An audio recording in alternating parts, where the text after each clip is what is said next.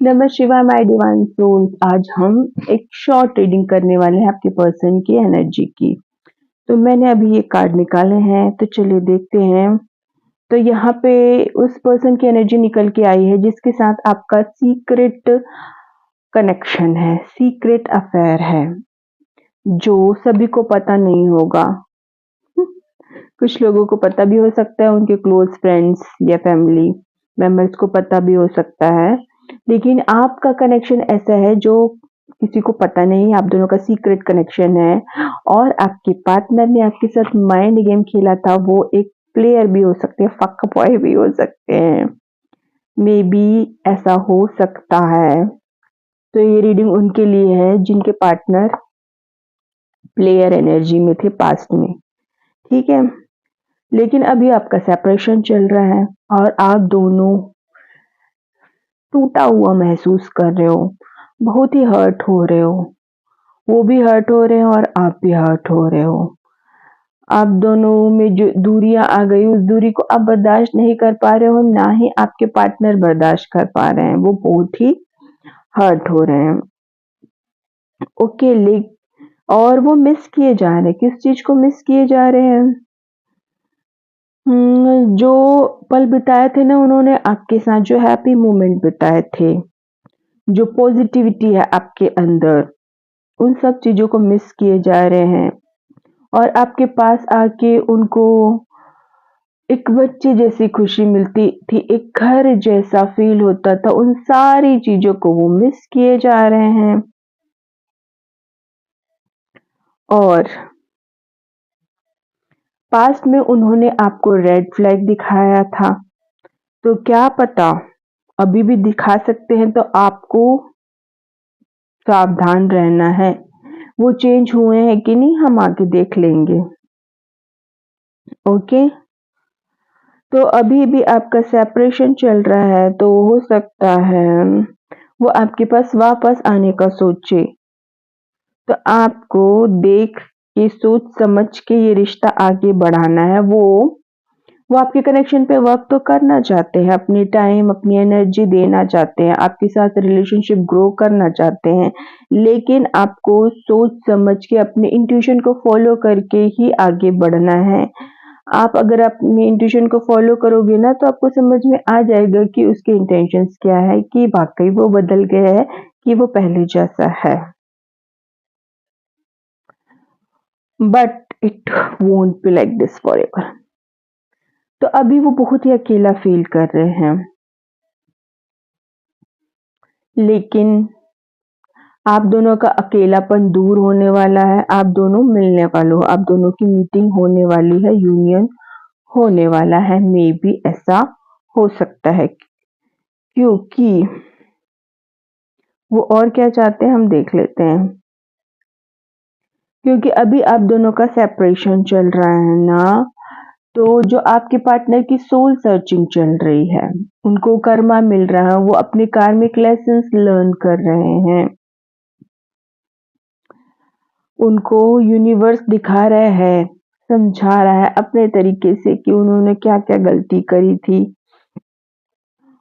और भाई वो डिवाइन मास्कुलाइन का कार्ड आया है, तो वो भाई आपके डिवाइन मास्कुलाइन है, तो आप डिवाइन फेमिनाइन होगी। आप दोनों डिवाइन लवर्स हो, डिस्टाइन पार्टनर हो, ऐसा हो सकता है।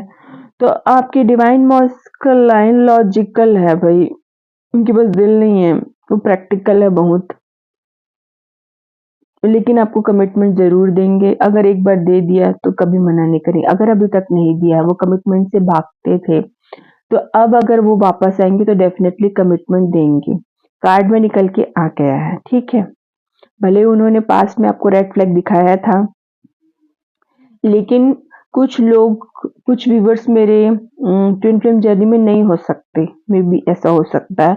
तो उनको अपने इंट्यूशन को फॉलो करना है, उनको समझना है कि वो जो आ रहा है वापस, वो सही है कि नहीं उनके लिए। लेकिन जो ट्विन फ्लेम जर्नी में है, उनके पार्टनर तो उनको कमिटमेंट देने वाले हैं, अगर वो वापस आते हैं तो। वो बैलेंस होके आएँगे आपके पास, ओके।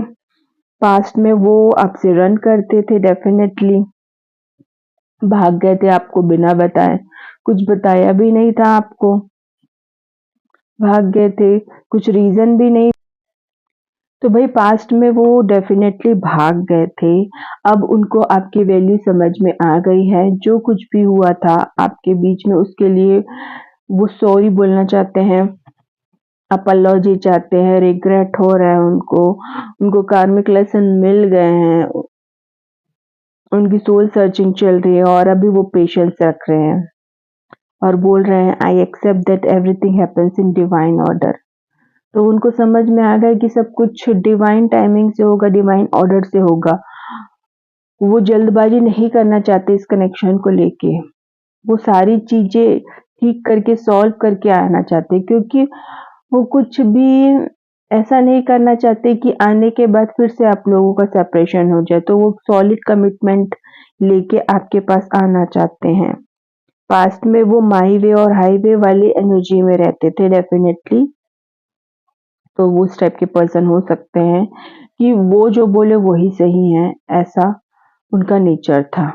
तो अगर आपको उनके पास आना है तो अपनी ईगो को उनको त्याग करना पड़ेगा, ईगो को तोड़ना पड़ेगा, तभी वो आपके पास आ सकते हैं। पहले वो सेल्फिश स्टबर्न नेचर के थे, एरोगेंट ईगो था, उनमें प्राइड था, ओके डोमिनेटिंग पर्सनालिटी थे, प्रैक्टिकल थे, लॉजिकल बिहेव करते थे। लेकिन अब वो आपके पास आएँगे तो इन सारी चीज़ों का उनको त्याग करना ही पड़ेगा, तभी डिवाइन उन्हें आपकी तरफ आने ही देगा, क्योंकि वो डिवाइन मैस्कुलाइन है तो आप डिवाइन फेमिनाइन हो।